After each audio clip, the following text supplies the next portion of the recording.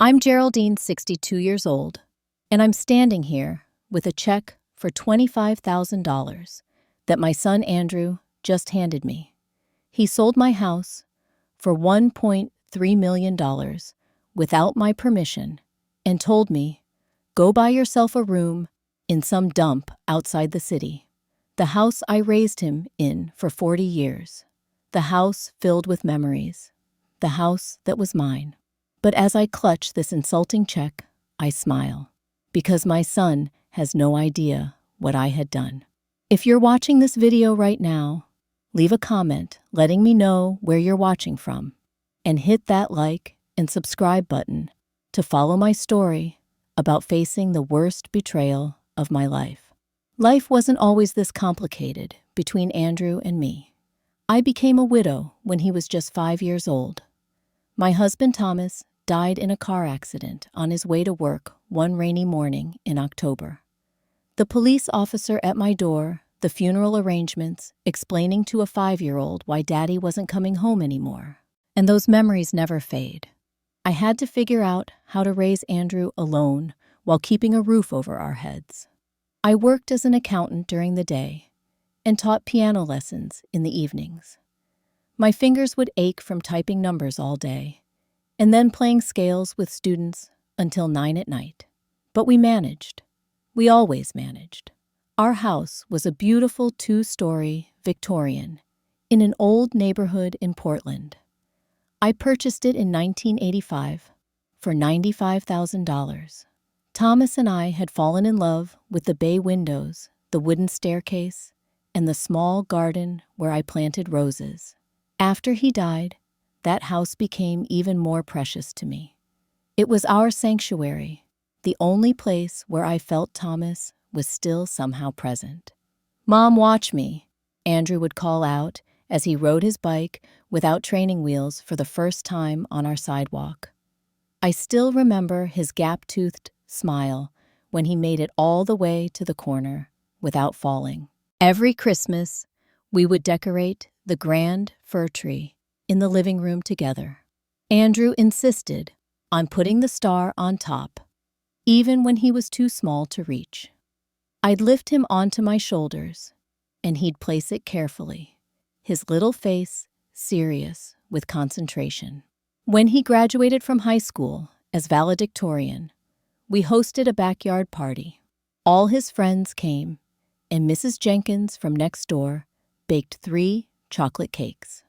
I was so proud watching him give his speech in his blue cap and gown. I thought Thomas would be so proud of our boy. But even then, there were signs I chose to ignore. Andrew always wanted the newest video games, the trendiest clothes, the latest gadgets. While other mothers complained about their teenagers' rebellious phases, I dealt with constant requests for more expensive things. "Mom, Todd has the new Air Jordans. Mine look like they came from the garbage." "Mom, this computer is ancient. How am I supposed to do my homework on this dinosaur?" I would work extra piano lessons on weekends to make it happen. Sometimes I went without new clothes for myself for years.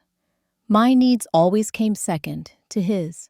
I told myself this was what good mothers did. They sacrificed. When Andrew was accepted to Georgetown Law, I sold my mother's pearl necklace to help pay the tuition.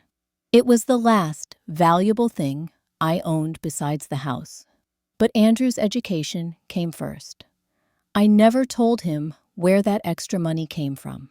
I wanted him to focus on his studies, not worry about finances. He graduated near the top of his class and quickly landed a position at a prestigious law firm specializing in corporate law. At his graduation party, he met Sylvia, a striking woman with perfect hair and clothes that looked like they belonged in a magazine. She was working in commercial real estate development and had ambitions to start her own company. From the moment Sylvia entered our lives, I could feel her assessment of me. Her eyes would linger on my simple clothes, my practical shoes, my modest jewelry. She never said anything directly, but her expression made it clear I wasn't impressive enough for her. I wasn't the kind of mother-in-law she had envisioned for herself.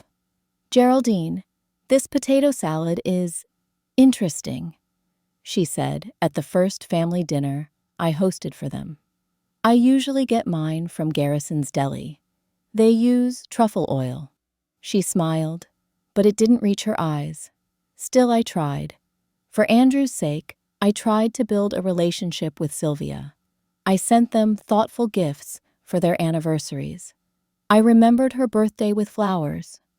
I never criticized her, even when she made cutting remarks about my quaint way of living.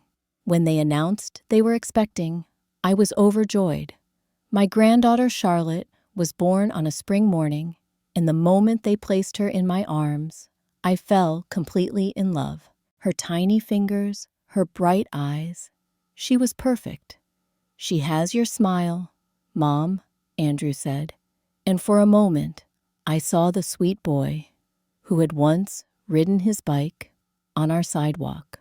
I made a baby blanket for Charlotte, knitting for hours after work and on weekends.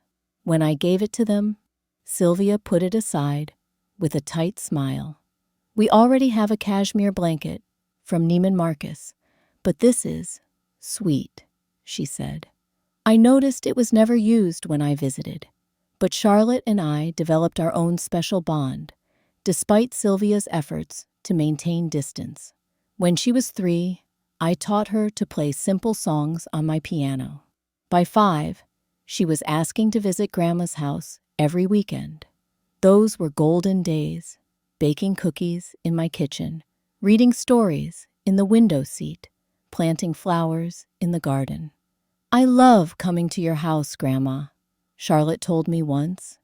"It feels like a hug." That was exactly how I had always wanted my home to feel, like a hug. I first noticed the change in Andrew after he made partner at his firm. His visits became less frequent, his calls shorter. When he did come by, he seemed distracted, constantly checking his phone. The little boy, who had once spent hours telling me about his day, was now a man who could barely maintain a conversation through dinner. Their new house was in West Hills, the most exclusive neighborhood in the city. 5,000 square feet of modern architecture, floor-to-ceiling windows, and a view of Mount Hood. It was beautiful, but it felt cold to me. There were no fingerprints on the glass tables, no books left open on couches, no sign that a child lived there at all. "You should see their house, Geraldine," my friend Margaret said after attending a dinner party there. "It looks like a magazine spread, but honestly, I wouldn't want to live in a museum." I kept these thoughts to myself. Who was I to judge how my son and his wife chose to live? But I couldn't help noticing the distance growing between us with each passing year. Andrew began suggesting I sell my house about 3 years ago. It started casually, almost as an afterthought. "Mom, do you know what houses in your neighborhood are going for now? You're sitting on a gold mine." He was helping me carry groceries in from the car, and his tone was conversational, but I felt a chill. "It's not an investment, Andrew. It's my home," I replied. He shrugged. "Just saying, a woman your age shouldn't have to deal with all this maintenance. You could get a nice condo, something easier to manage." A woman my age, as if 60 was ancient, as if I hadn't been managing just fine for decades. These comments became more frequent, more insistent. Sylvia joined in sending me listings for retirement communities and condominiums. "This one has a doorman and an elevator," she texted once. "No more shoveling snow or mowing lawns." I deleted the message without responding. The truth was, I loved taking care of my home. The garden was my sanctuary. Each spring I looked forward to planting new flowers, watching them grow. Even shoveling the walkway after a snowfall had its own quiet pleasure. This house was part of me, and I was part of it. Then came the diagnosis. A routine mammogram revealed a small mass, stage 1 breast cancer. Treatable, the doctor assured me, but requiring surgery and radiation. I sat in my car in the hospital parking lot for an hour after getting the news, trying to gather my courage. I never told Andrew or Sylvia about my diagnosis. They were busy with their lives, and Charlotte was starting a new school. Why worry them? I had good insurance from my years as an accountant. I could handle this on my own. The surgery went well, but radiation was exhausting. I would drag myself home after treatments, barely able to climb the stairs to my bedroom.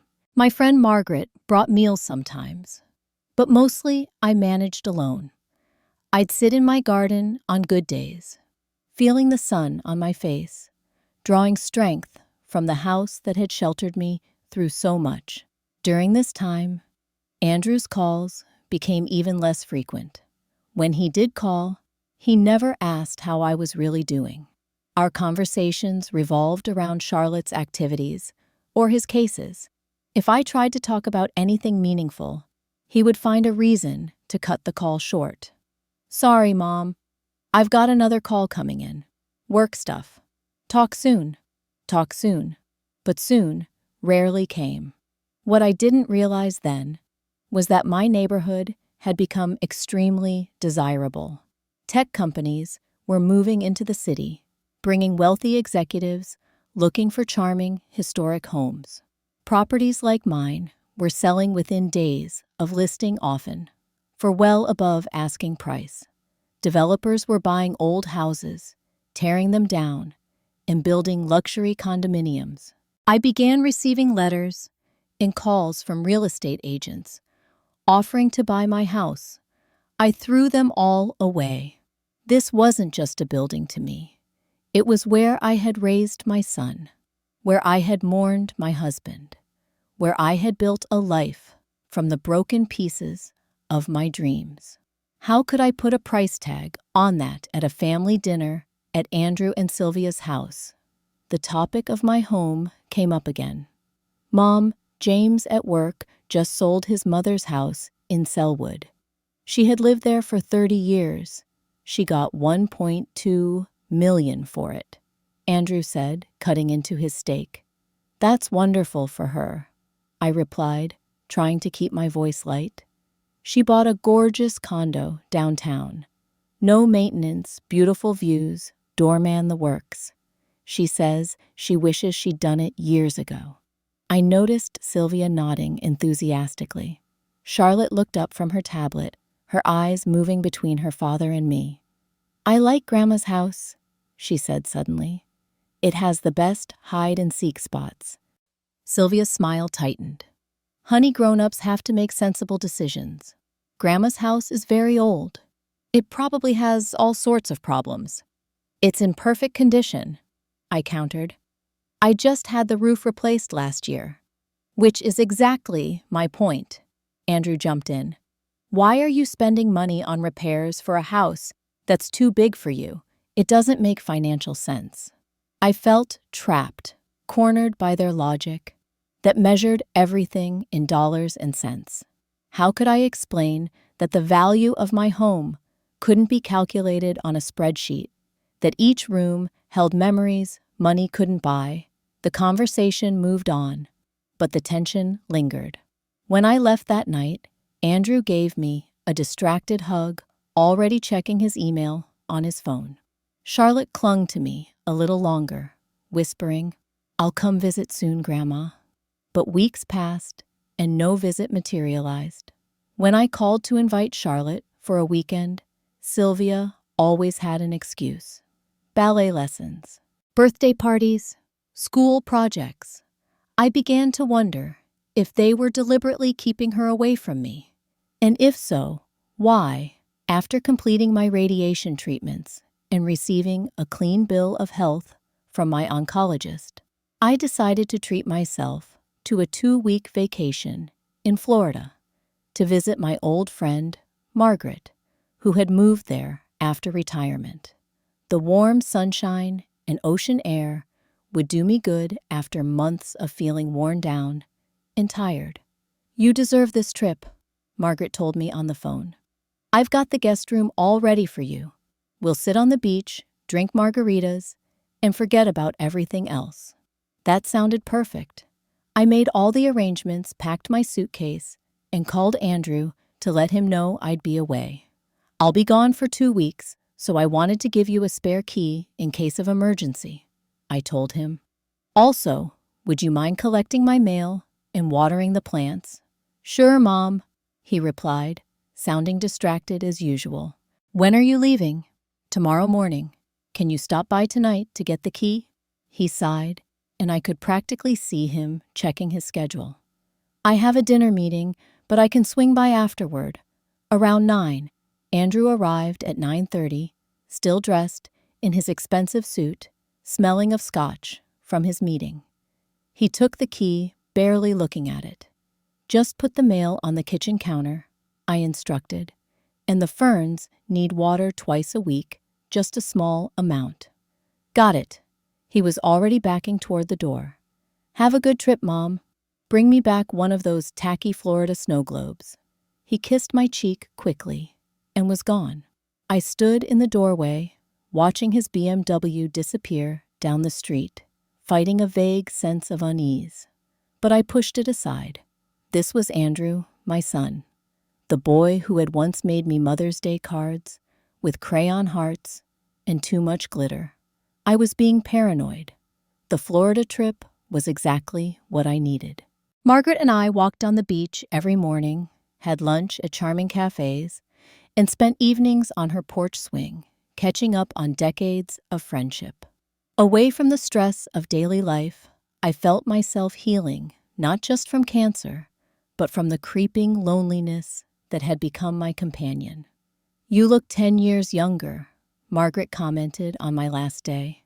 "Must be all that vitamin D. Or the margaritas." I laughed, feeling lighter than I had in months. Maybe both. The flight back was smooth, and I arrived home in the early afternoon, excited to sleep in my own bed again. As the taxi turned onto my street, I was admiring how lovely the cherry trees looked in full bloom. And then I saw it. A large red and white sign in front of my house, "Sold." My heart stopped. This had to be a mistake. The taxi driver was looking at me in the rearview mirror. "That your place, ma'am?"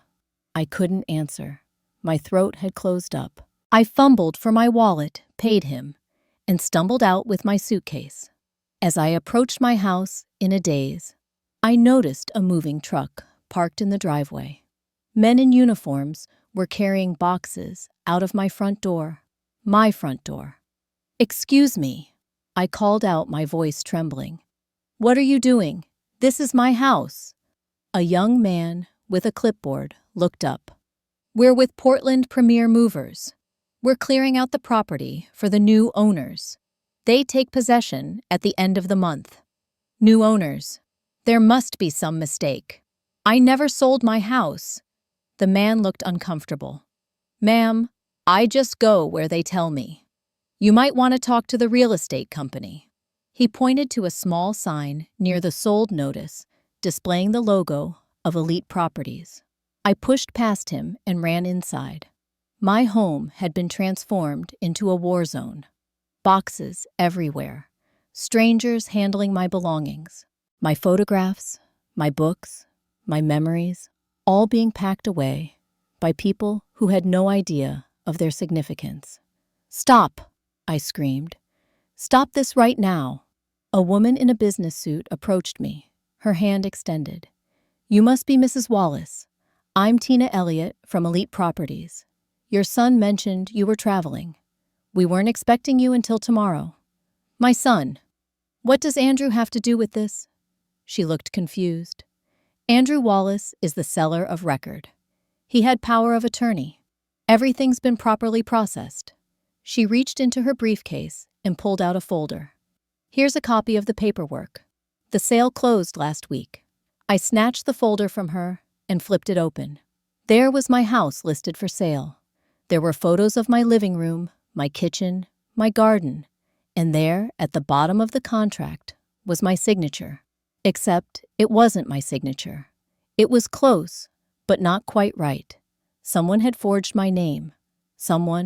My son. "This isn't my signature," I said, my voice hollow with shock. "I never signed this. I never agreed to sell my house." Tina's professional smile faltered. I don't understand. Your son provided all the necessary documentation. He had power of attorney." "I never gave him power of attorney." My voice rose, edged with hysteria. "This is fraud. This is illegal." The movers had stopped working and were watching the scene unfold. Tina was on her phone, presumably calling her office for guidance.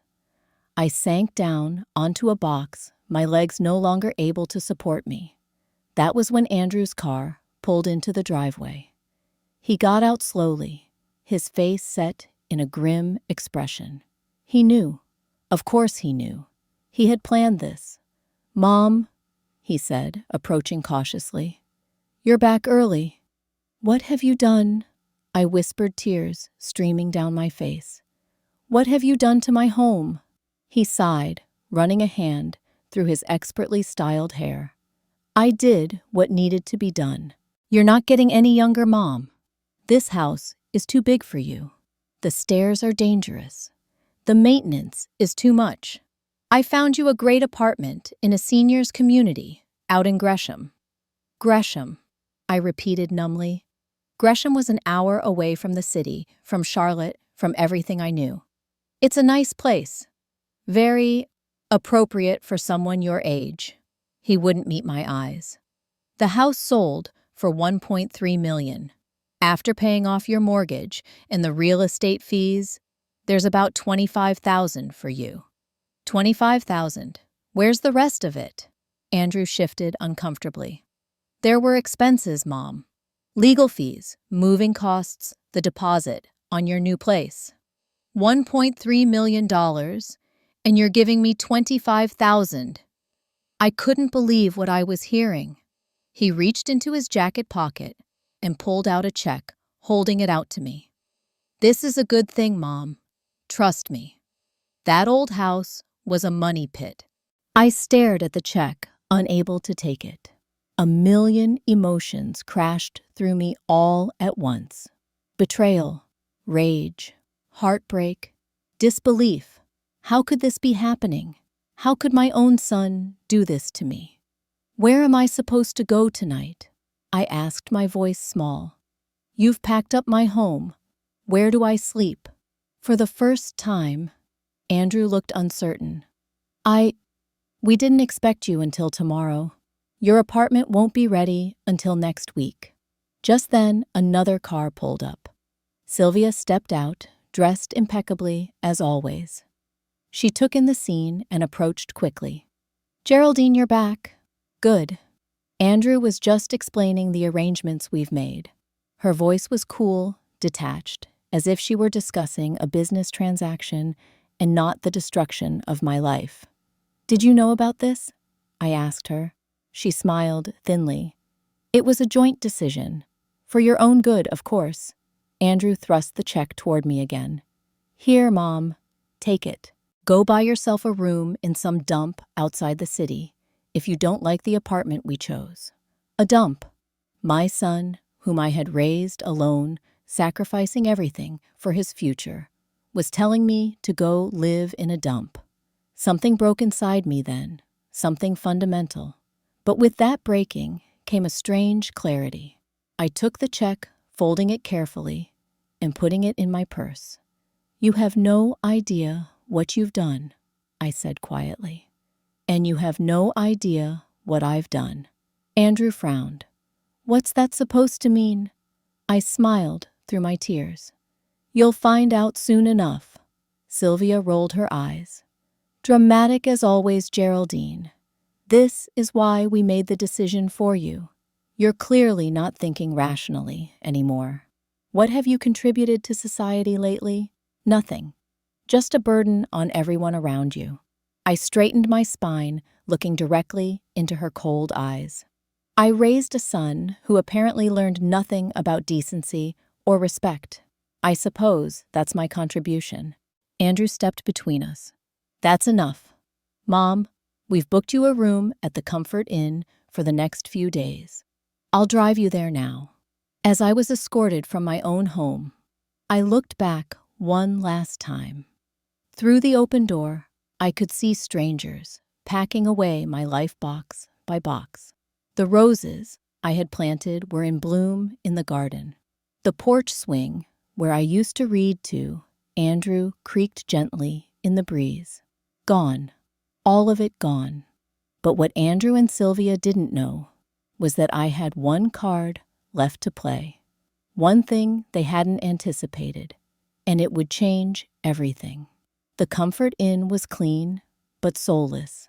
I sat on the edge of the bed, still in the clothes I had traveled in, staring at the generic landscape print on the wall. My hands were shaking so badly, I could barely dial Margaret's number. "Jerry, what's wrong? You sound terrible." Margaret's voice was like a lifeline to sanity. "Andrew sold my house." The words came out in a rush, followed by sobs I couldn't contain. "He forged my signature. They were packing everything when I got home. He gave me $25,000 out of $1.3 million. What? That's illegal. That's elder abuse." Margaret's outrage was comforting in its fierceness. "Where are you now?" "In a hotel. I have nowhere to go." The reality of my situation hit me all over again. Everything I own is in boxes, being taken who knows where. "You're coming back to Florida. Today. I'll book you a flight." Margaret was already typing on her computer. I could hear the keys clicking. "I can't run away," I said, though part of me wanted nothing more than to escape. "This is my home, my life." Margaret was quiet for a moment. "What are you going to do?" That was the question, wasn't it? What could I do? A 62-year-old woman who had just lost everything. The anger came in waves, threatening to drown me. I thought of all the sacrifices I had made for Andrew. The late nights, working to pay for his education. The vacations I never took so he could go to summer camps. The relationships I never pursued because I was too busy being both mother and father to him. I remembered teaching him to ride a bike on the sidewalk in front of our house. I remembered nursing him through chickenpox, sitting up all night with cool compresses when he was feverish. I remembered helping him practice his valedictorian speech, beaming with pride as he delivered it perfectly. And this was how he repaid me, by stealing my home and telling me to go live in a dump. "Geraldine, are you still there?" I realized I had been silent for too long. "I'm here. I'm just processing." "You need a lawyer today. I know someone in Portland, Susan Harper. She specializes in elder law. I'll text you her number." A lawyer? Yes, that made sense. But it felt overwhelming. I was so tired.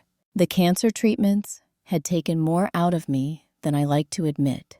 And now, this betrayal had sapped what little energy I had left. "I'll call her tomorrow," I said, knowing I needed time to gather my strength. After hanging up with Margaret, I lay back on the unfamiliar bed, staring at the ceiling. How had my life come to this? Where had I gone wrong with Andrew? Had I spoiled him too much? Not enough? Had I failed to teach him the values that mattered? And Sylvia, her contempt still stung. "What have you contributed to society lately?" As if raising a child, teaching piano, to generations of students volunteering at the hospital, being a good neighbor and friend, meant nothing. As if a person's worth could be measured in billable hours or investment portfolios. My phone rang again. An unknown number. I almost didn't answer, but something compelled me to press the green button. "Grandma, A small, hesitant voice came through the speaker. Charlotte. I sat up straight, wiping tears from my face, though she couldn't see me. Honey, is that you? I took Mom's phone when she wasn't looking, Charlotte whispered. Dad says you're moving far away. Is that true? Don't you want to live near us anymore? My heart broke all over again. No, sweetheart. I don't want to move away from you. Never. Then why are you selling your house? I love your house. It's the best place ever. I took a deep breath, unsure how to explain the situation to a 10-year-old. I didn't want to sell it, Charlotte. There's been a misunderstanding. Mom and Dad were fighting about it. Dad said the money would help with their project, but Mom said it was wrong to rush you. I don't understand. Their project. What project could possibly justify stealing my home? Charlotte, I need to go now, but I want you to know something. I love you very much, and no matter what happens, that will never change. And I'm not going far away, I promise. I love you too, Grandma, she whispered, and then quickly added, I gotta go. Mom's coming. The call ended, leaving me with more questions than answers. What project were Andrew and Sylvia working on that required so much money? And why had Sylvia thought it was wrong to rush me? Did that mean she had some reservations about what they had done? I couldn't sleep that night. Every time I closed my eyes, I saw my house, my belongings in boxes, strangers touching my things. Around 3 in the morning, I gave up and turned on the light. I needed a plan. I needed to fight back. The next morning, I called Susan Harper's office as soon as they opened.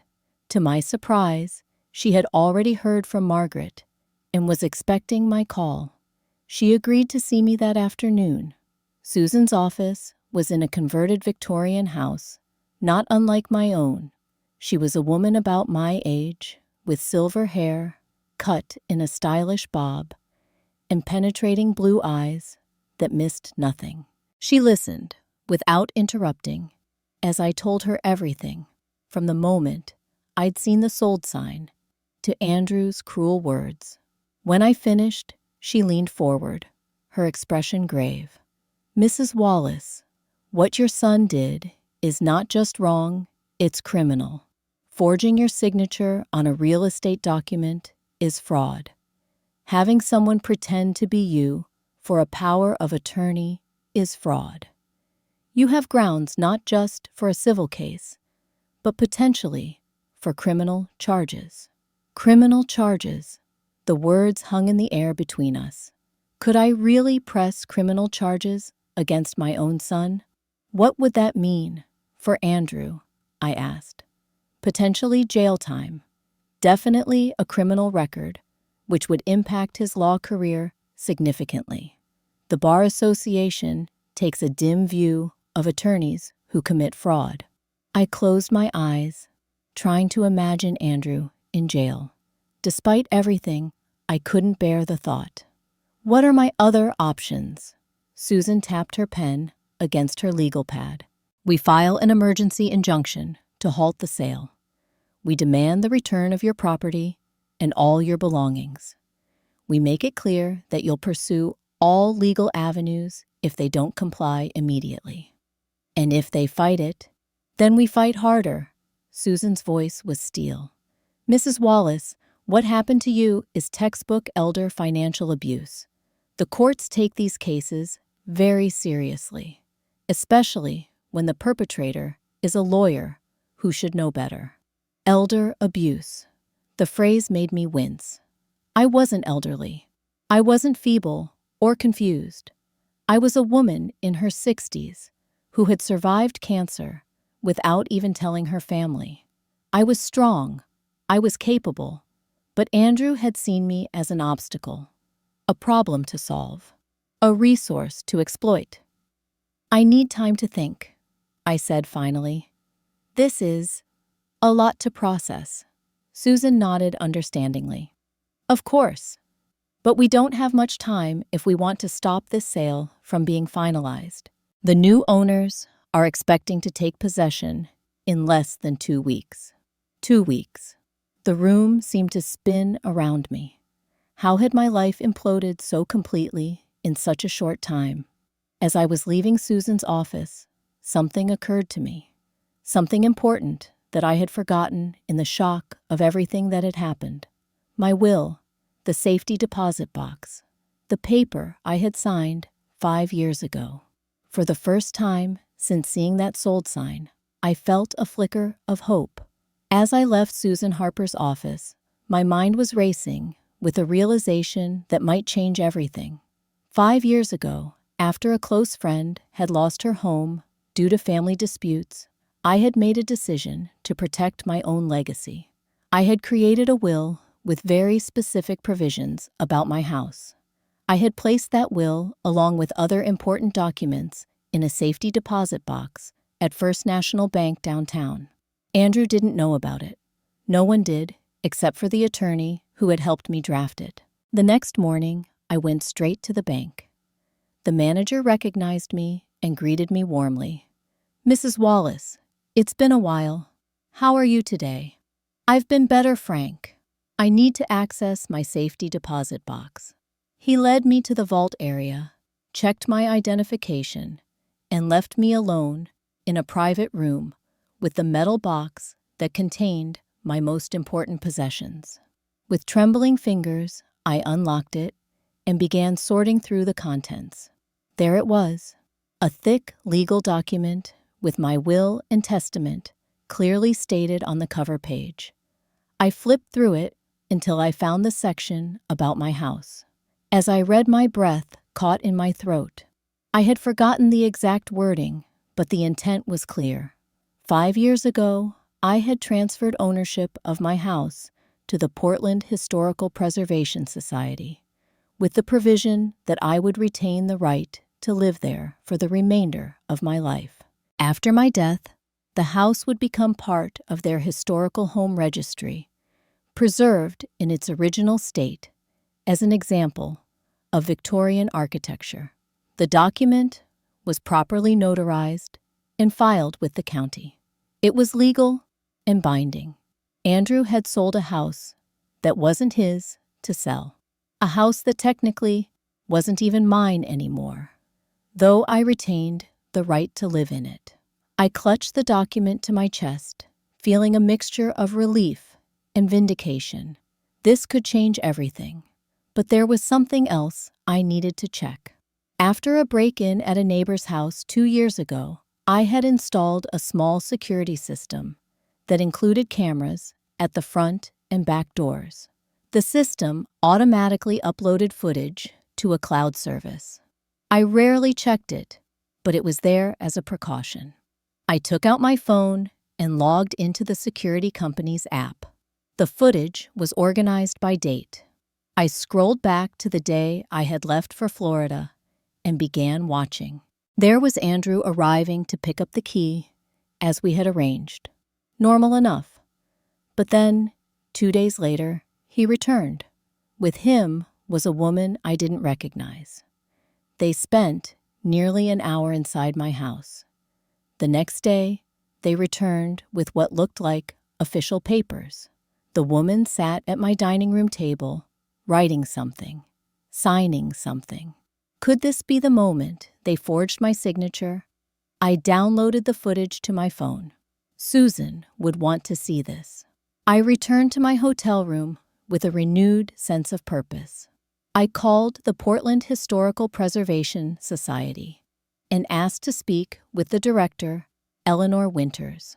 I had met her several times at community events and had always been impressed by her dedication to preserving the city's architectural heritage. "Geraldine, how lovely to hear from you. How are things at that beautiful Victorian of yours?" I took a deep breath. "Eleanor, that's actually why I'm calling. There's been a situation and I need your help." I explained everything, from the unauthorized sale to the discovery of my will's provisions. Eleanor was silent for a long moment after I finished. "This is unprecedented," she finally said. I'll need to consult with our legal team. But Geraldine, if what you're saying is accurate, your son sold a property that was already legally designated to our organization. That's not just a family dispute. That's a legal matter affecting our interests. So you'll help me fight this? Absolutely. The society has a responsibility to protect properties that have been entrusted to us. I'll have our attorney contact you and Susan Harper today. After hanging up, I felt a weight lift from my shoulders. I wasn't alone in this fight anymore. I had allies. I called Susan next and updated her on what I had discovered. She was cautiously optimistic. This changes our approach significantly. If the house was already legally transferred to the Preservation Society, with your life interest protected, then Andrew had no right to sell it. The sale could be invalidated entirely. What about the buyers, the people who think they purchased my house? Susan sighed. They're innocent parties in this, unfortunately. They'll likely have legal recourse against Andrew, but not against you or the Preservation Society if the transfer to the society predates the sale. I thought about these unknown people who had bought my home in good faith. They were victims too, in a way. But I couldn't let that deter me. This was about justice now, not just for me, but for the principle of the thing. People couldn't be allowed to steal from their elderly parents and get away with it. Elderly. There was that word again. I pushed it away. What's our next step? I asked. We file for an emergency injunction to stop any further action regarding the property. We present the will and the evidence of fraud to the court. And Geraldine, we should be prepared for this to get ugly. Uglier than being told by my son to go live in a dump, I asked Riley. Family legal battles can bring out the worst in people, Susan warned. Are you prepared for that? I thought about Andrew, about all the years I had loved him and sacrificed for him, about how he had betrayed that love in the most fundamental way. I'm prepared, I said firmly. Let's do this. Over the next few days, things moved quickly. Susan filed the emergency injunction. The Preservation Society's attorney joined forces with her. The moving was halted. The new buyers were notified of the legal dispute. And then Andrew called. What the hell do you think you're doing? He demanded without preamble. Fighting for my home, I replied simply. The home you had no right to sell. Mom, be reasonable. You need to drop this ridiculous lawsuit. You're embarrassing yourself. I'm embarrassing myself. You forged my signature. You sold my house without my permission. You handed me a check for $25,000 from a $1.3 million sale and told me to go live in a dump. And I'm the one who should be embarrassed. There was a moment of silence on the line. When Andrew spoke again, his voice had that patronizing tone I had come to dread. Mom, I did what was best for you. That house is a liability at your age. What if you fall down those stairs? What if there's another medical issue? You're not getting any younger. So you decided to solve that problem by making me homeless. Don't be dramatic. We found you an apartment in a nice seniors community. Without consulting me, without my permission, by committing fraud. Another silence. I could almost hear him calculating his next move. What do you want, Mom? Money, is that it? I can increase the amount from the sale. The fact that he thought this was about money showed how little he understood me. How little he had ever understood me. I want my house back, Andrew. And I want an apology. Not just to me, but to the people you defrauded by selling them a property you had no right to sell. He scoffed. No right. I'm your son. Your only child. Who else would make these decisions for you when you're clearly not capable? I am perfectly capable. I made a decision 5 years ago about the future of my home. A legal binding decision that you ignored when it inconvenienced your plans. What exactly were you planning to do with the money from my house? Andrew, what's this project Charlotte mentioned? There was a sharp intake of breath on the other end of the line. You've been talking to Charlotte behind our backs. She called me. She was confused and upset, as any child would be when they witness their parents engaging in criminal activity. Criminal mom, that's going too far. This was a family decision. A family decision would have included me, Andrew. I am your family. Or have you forgotten that? He sighed heavily. Let's meet. Talk this through like adults. No lawyers. It's too late for that, I said quietly. I'll see you in court. I hung up my hands, trembling, but my resolve stronger than ever. I wouldn't back down. Not this time. The day of our first court hearing arrived with an unseasonably warm morning. I dressed carefully in a navy blue suit I had purchased years ago for special occasions. Susan had advised me to look professional and dignified. The judge needs to see that you're competent and clear-headed, she explained. We met at the courthouse steps. Susan was accompanied by Eleanor Winters from the Preservation Society, and their attorney, a young woman named Jasmine Cho, who specialized in property law. We made quite a team, I thought, with grim satisfaction. As we approached the courtroom, I saw Andrew and Sylvia standing with their attorney, a silver-haired man in an expensive suit. Andrew's face was set in a hard expression I hardly recognized. Sylvia was tapping away on her phone, seemingly unbothered by the proceedings about to unfold. When Andrew spotted me, surprise flickered across his face. Perhaps he had expected me to show up looking frail and confused. Instead, I walked in with my head high, surrounded by a legal team ready to fight. The courtroom was austere and formal. The judge, an older woman with shrewd eyes and a no-nonsense demeanor, called the hearing to order. Susan presented our case, first laying out the facts methodically. She submitted my will with its clear provision, transferring ownership to the Preservation Society. She showed the video evidence of Andrew entering my home with an unknown woman who appeared to be forging documents. She presented medical records showing I was mentally competent and in good health, despite my recent cancer treatment. That last bit caused a stir. Andrew's head snapped up, his eyes wide as he stared at me. He hadn't known. Of course he hadn't known.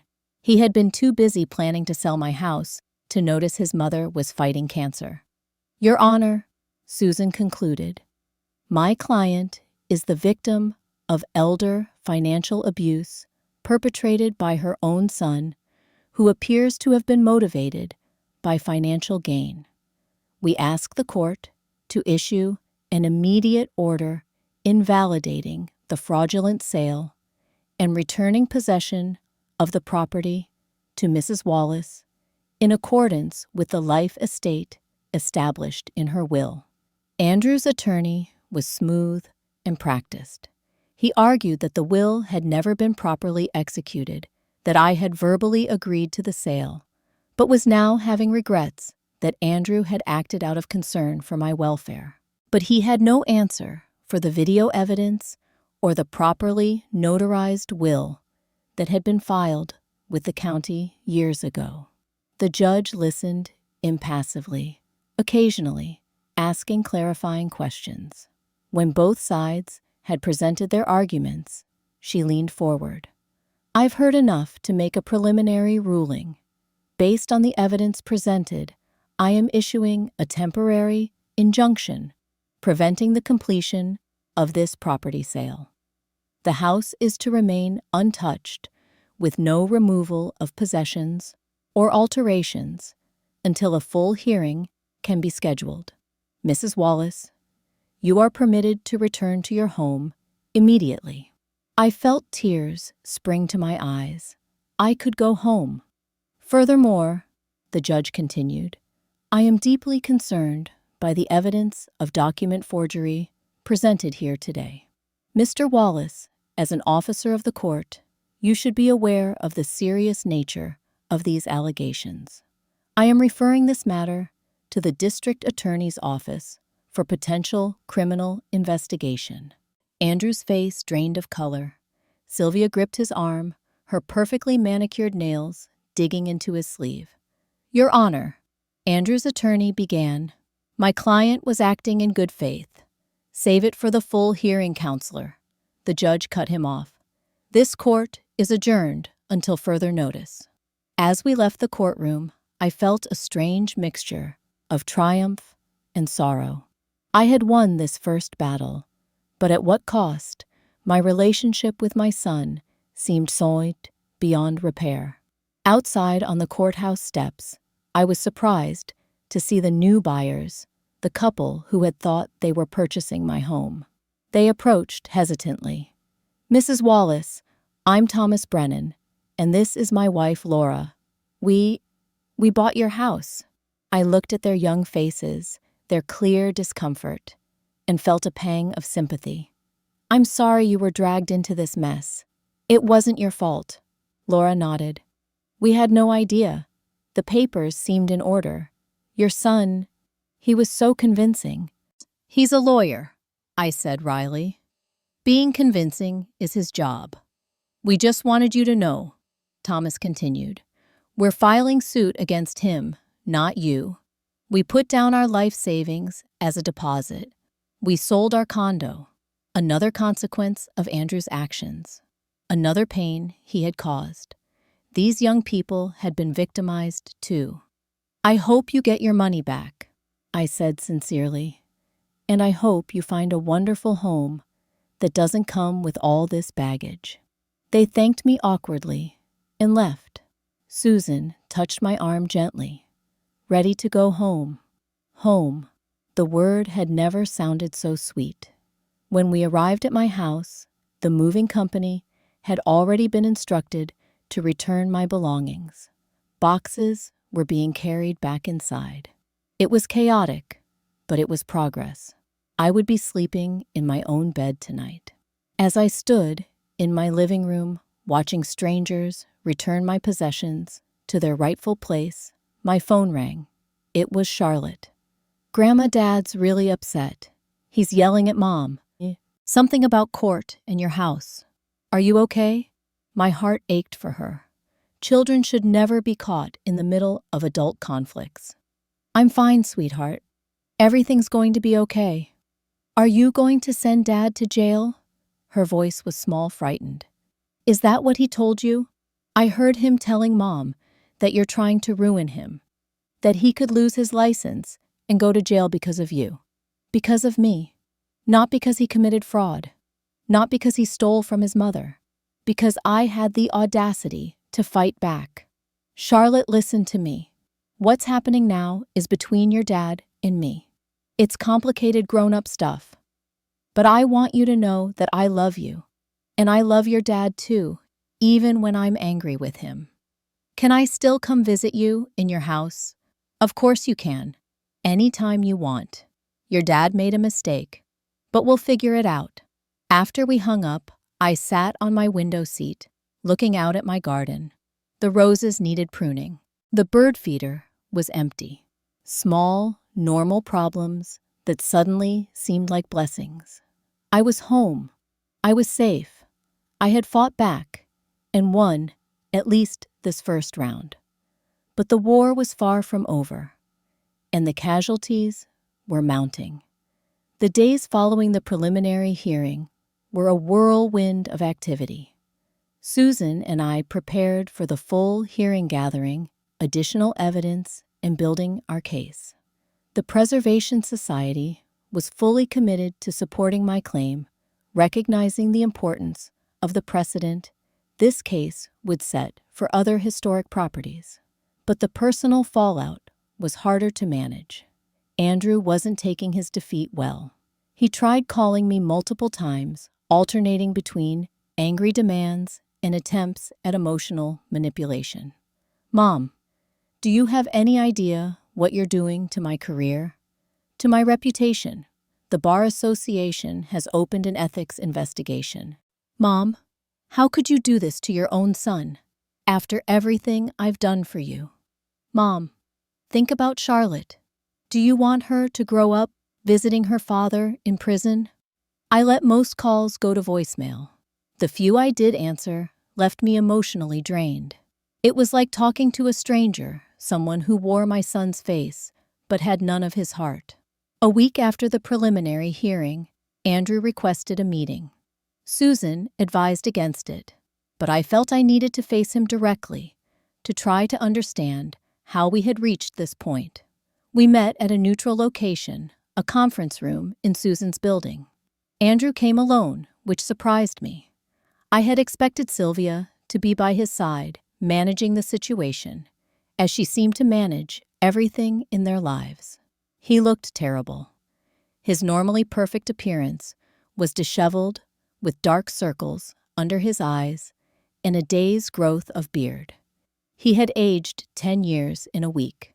"Thank you for meeting me," he said formally, as if we were strangers. "What do you want, Andrew?" I wasn't going to pretend this was a normal conversation between mother and son. He sat heavily in a chair across from me. "I want to offer a compromise." "I'm listening." "Drop the criminal complaints. Let me keep my law license. In exchange, I'll make sure you get a fair share of the house proceeds, enough to buy a nice condo anywhere you want. And I'll make a public apology." I studied his face. Even now, he didn't get it. "This isn't about money, Andrew. It's about respect. It's about trust. It's about the fact that you thought it was acceptable to steal from your own mother." "I didn't steal," he protested. "I was trying to help you make a smart financial decision. By forging my signature, by lying to me, by telling me to go live in a dump." He had the grace to look ashamed at that last part. "I shouldn't have said that. I was frustrated. You've always been so stubborn about that house." "Because it's my home, not just a financial asset. My home." Andrew leaned forward, his expression earnest. "Mom, you don't understand. Sylvia and I have this opportunity. A development deal in Lake Oswego. Luxury condos with water views. It's going to be huge, but we needed capital for the initial investment. Your house was just sitting there gaining value, but not doing anything productive. And there it was, the real reason behind it all. Not concern for my welfare, not worry about me living alone, money, an investment opportunity. My home, my memories, my security, all sacrificed on the altar of their ambition. So you decided to steal from me, to fund your business venture," I said flatly, without asking, without even considering that I might have my own plans for my property. "We were going to make it up to you. Once the development was successful, you would have benefited too. And if it failed, what then? Where would I live? What would I have to show for 40 years in that house?" He had no answer for that. Of course he didn't. In his mind, failure wasn't an option. The risks were all mine. The rewards would be all his. "Andrew, I need to know something. Did Sylvia put you up to this? Or was it your idea?" His expression darkened. "Sylvia has nothing to do with this. This is between you and me." But I saw the flicker in his eyes, the slight hesitation. Sylvia's influence was all over this scheme. Her ambition, her materialism, her disregard for anything that couldn't be measured in dollars. "The truth is," I said quietly, "I already made plans for that house. 5 years ago, I decided it would become part of the Historical Preservation Society's collection after I'm gone. A piece of Portland's history, preserved for future generations." Andrew's face contorted with disbelief. "You what? You're giving away $1 million property To a bunch of history buffs, that's insane. No, Andrew, what's insane is thinking that money is the only measure of value. That house has been my home for 40 years. It's where I raised you, where I mourned your father, where I built a life. It deserves to be preserved, not torn down to make way for some luxury condos. He stood abruptly, pacing the small conference room. This is exactly why I had to step in. You're making irrational decisions based on sentiment instead of financial sense. Do you have any idea what your house is worth now? I know exactly what it's worth, I replied calmly. To me, it's priceless, and that's a value you've never understood. Our meeting ended shortly after that with no resolution. Andrew left angry and frustrated. I left sad, but resolute. The full hearing was scheduled for the following week, and I was ready to see this through to the end. The night before the hearing, I received an unexpected visitor. Charlotte showed up at my door alone. "Honey, what are you doing here? Does your dad know where you are?" I ushered her inside, alarmed at seeing her by herself so late. "I took the bus," she admitted. "Dad and Mom are fighting again. They don't even notice when I leave the room anymore." I made her hot chocolate a tradition from when she was younger. As she sipped it at my kitchen table, she seemed both older and younger than her 10 years. "Grandma, are you and Dad ever going to be okay again?" The question broke my heart. "I hope so, sweetheart. Sometimes adults make mistakes, big ones, and it takes time to fix them. But I will always love your dad, because he gave me you." She nodded solemnly. "Dad says he was trying to help you, but it doesn't seem like help if it makes you sad." Out of the mouths of babes. That's very wise, Charlotte. Help should make people feel supported, not controlled. "I don't want him to go to jail." Her voice trembled. "I don't want that either," I assured her, and I meant it. Despite everything, I couldn't bear the thought of Andrew behind bars. I just want him to understand that what he did was wrong. Mom says we might lose our house too, because of the money for the condos. So Sylvia and Andrew had already invested in their project, counting on my house proceeds to cover their commitments. Their financial house of cards was collapsing. "I'm sorry to hear that," I said carefully. "But adults have to face the consequences of their decisions." I called Andrew after Charlotte had fallen asleep in the guest room. "Your daughter is with me. She's safe, but you need to come get her in the morning." His panic was palpable. "Charlotte is at your house. We've been looking everywhere. Why didn't you call earlier?" "She just arrived. She took the bus." "Andrew, she's 10 years old and took public transportation alone at night because her parents were too busy fighting to notice she was gone." His silence spoke volumes. "I'll bring her home in the morning," I said. "But you need to get your priorities straight. Charlotte deserves better than to be collateral damage in this mess you've created." The next day, the final hearing began. The courtroom was more crowded this time. News of the case had spread, attracting attention from local media and elder rights advocates. I recognized several of my neighbors and friends in the gallery there to show support. The proceedings were grueling. Andrew's attorney tried everything questioning the validity of my will, suggesting I was mentally incompetent, painting Andrew as a concerned son, trying to protect his mother from herself. But Susan was brilliant, methodically dismantling each argument with evidence and calm reason. The turning point came when Susan called an unexpected witness, Sylvia. Sylvia took the stand with obvious reluctance, her usual confidence notably diminished. Under Susan's skilled questioning, cracks in her perfect facade began to appear. "Mrs. Wallace, were you aware that your husband was planning to sell his mother's house without her knowledge or consent?"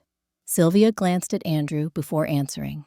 I knew he was concerned about his mother living alone in that big house. That wasn't my question. Did you know about the plan to forge Mrs. Wallace's signature on the sale documents? Sylvia shifted uncomfortably. I wasn't involved in the paperwork, but you were aware it was happening. A long pause. Yes? And did you express any concerns about the legality of these actions? Another glance at Andrew.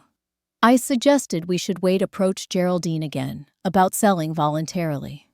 But you ultimately supported your husband's decision to proceed with the fraudulent sale. Sylvia's attorney objected, but the damage was done. The judge had seen her hesitation, her knowledge of wrongdoing. The final blow came when Susan presented evidence that Andrew and Sylvia had already committed the proceeds from my house sale to their development project, taking out loans against the expected funds. They were not only ethically compromised, but financially desperate. When the judge finally delivered her ruling, it was comprehensive and decisive. The sale was invalidated. My ownership rights with the Preservation Society were upheld. Andrew was referred to the state bar for ethics violations, and the criminal investigation would proceed. However, the judge concluded, I am taking into consideration Mrs. Wallace's expressed desire not to see her son face criminal charges. I am therefore offering a conditional resolution. Mr. Wallace will complete 200 hours of community service with elder service organizations, make full restitution to the would-be buyers, and issue a public apology. If these conditions are met, this court will recommend against criminal prosecution. I felt relief wash over me. Andrew wouldn't go to jail.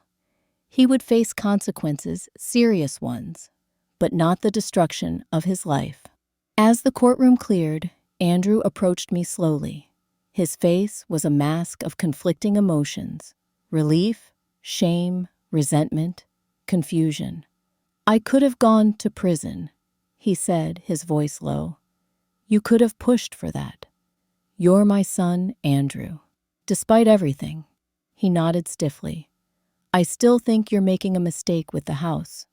All that money, just gone. I smiled sadly. He still didn't understand. Perhaps he never would. Not gone. Andrew, transformed into something else. Something that will outlast both of us. As he turned to leave, I called after him. Charlotte is welcome at my house any time. I hope you'll allow that. A brief nod was his only response. It wasn't forgiveness or reconciliation. It was barely acknowledgement, but it was a start. And as I returned to my home that evening, to the house that had sheltered so many memories and would now be preserved for generations to come, I felt a peace I hadn't expected to find at the end of this painful journey. I had stood up for myself. I had fought back, and in doing so, I had reclaimed not just my home, but my dignity. It's been a year since the court case that changed everything. A year of healing, of rebuilding, of finding a new normal. My house still stands, more beautiful than ever, after the Preservation Society helped fund some needed repairs. The garden is in full bloom, with roses climbing the trellis and lavender scenting the air. The first weeks after the hearing were the hardest. Andrew disappeared from my life, completely wounded pride and shame keeping him away. Sylvia filed for divorce 6 months later, unable to forgive him for the collapse of their development dreams and the public humiliation of the court case. I heard through mutual friends that she moved back to Chicago to work for her father's real estate company. But children have a way of building bridges that adults cannot. Charlotte continued to visit, first with a social worker as the intermediary, then on her own. Once Andrew and I established a fragile truce. She spent weekends with me, baking cookies in my kitchen, learning to garden, sleeping in the guest room that gradually became hers, decorated with her artwork and books.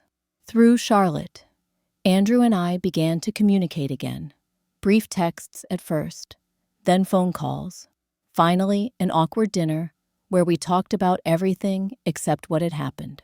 Progress is slow, but it's progress nonetheless. The hardest part for me was acknowledging my own role in creating a son who could do what Andrew did. Had I spoiled him too much? Had I taught him that his needs would always come first? That obstacles to his ambitions would always be removed? I spent many sleepless nights wrestling with these questions. But gradually, I began to focus on what I could control, on building a life that felt meaningful in its third act. I reached out to a local support group for older adults who had experienced financial abuse from family members. Their stories were heartbreakingly similar to mine, but they had survived, even thrived. They gave me hope. Inspired by their resilience, I started a small foundation using the money Andrew had given me from the sale, the $25,000 that now seemed almost comical in its insult. The Geraldine Wallace Scholarship Fund helps students who can't afford college, with a special focus on those studying elder law or gerontology. It's a small effort, but it gives purpose to what was meant to hurt me. I've also resumed teaching piano, offering free lessons to children from low-income families. The music that has always been my solace now brings joy to a new generation. When I watch a child master a difficult piece, their face lighting up with pride, I feel a happiness that no amount of money could buy. Andrew has changed too, though perhaps not as fundamentally as I might have hoped. The brush with professional ruin and criminal charges sobered him. His community service hours at a senior center gave him a new perspective on aging, on the dignity and autonomy that all people deserve regardless of their years. He's more humble now, less certain that his way is always the right way. We had our first real conversation about what happened 6 months after the court case. He came to my house alone, sat at my kitchen table, and finally apologized. I was wrong, Mom. Not just legally wrong, but morally wrong. I violated your trust. I disrespected you. I'm sorry. It wasn't a perfect apology. He still maintained he'd been partly motivated by concern for me. But it was sincere, and I accepted it as the beginning of a healing process, not its conclusion. Charlotte is thriving despite the turmoil. She splits her time between Andrew's new, more modest apartment and my house. She has her father's intelligence and determination, but a gentleness of spirit that reminds me of her grandfather. She wants to be an architect now, inspired by her love of my Victorian home and its history. I want to build houses that people will love in 100 years, Grandma, she told me. Houses that tell stories. As for me, I've learned lessons I never expected to learn in my 60s. I've learned that standing up for yourself isn't selfish, it's necessary. That age doesn't diminish your right to dignity and respect. That family ties can be broken, and with work, and we'll mend it again. Most importantly, I've learned that true wealth isn't measured in dollars or real estate. It's measured in relationships, in purpose, in the knowledge that you've lived according to your values. My house will outlive me now. Future generations will walk through its rooms, admire its architecture, perhaps feel the echo of all the love and life it has contained.